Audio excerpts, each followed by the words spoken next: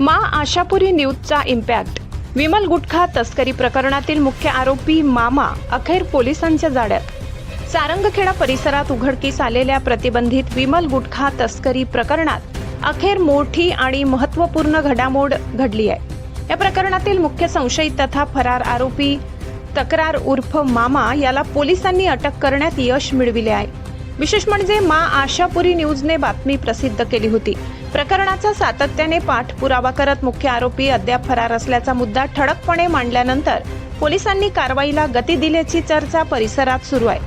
काही दिवसांपूर्वी सारंगखेडा परिसरात रात्रीच्या गस्ती दरम्यान पोलिसांनी एका संशयास्पद कारची तपासणी केली होती.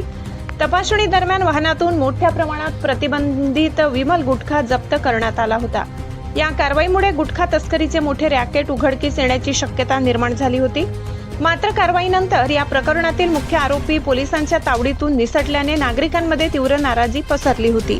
गुटखा जप्त झाला पण मुख्य आरोपी फरार कसा, असा सवाल सर्वसामान्य नागरिकांसह विविध सामाजिक संघटनांकडून उपस्थित केला जात होता. या पार्श्वभूमीवर मा आशापुरी न्यूजने बातमी प्रसिद्ध केली होती. सडेतोड वृत्तांकन करत संबंधित यंत्रणांचे लक्ष वेधले होते. अखेर पोलिसांनी विशेष पथकाच्या माध्यमातून शोध मोहीम राबवत मुख्य आरोपी तक्रार उर्फ मामा याला अटक केली.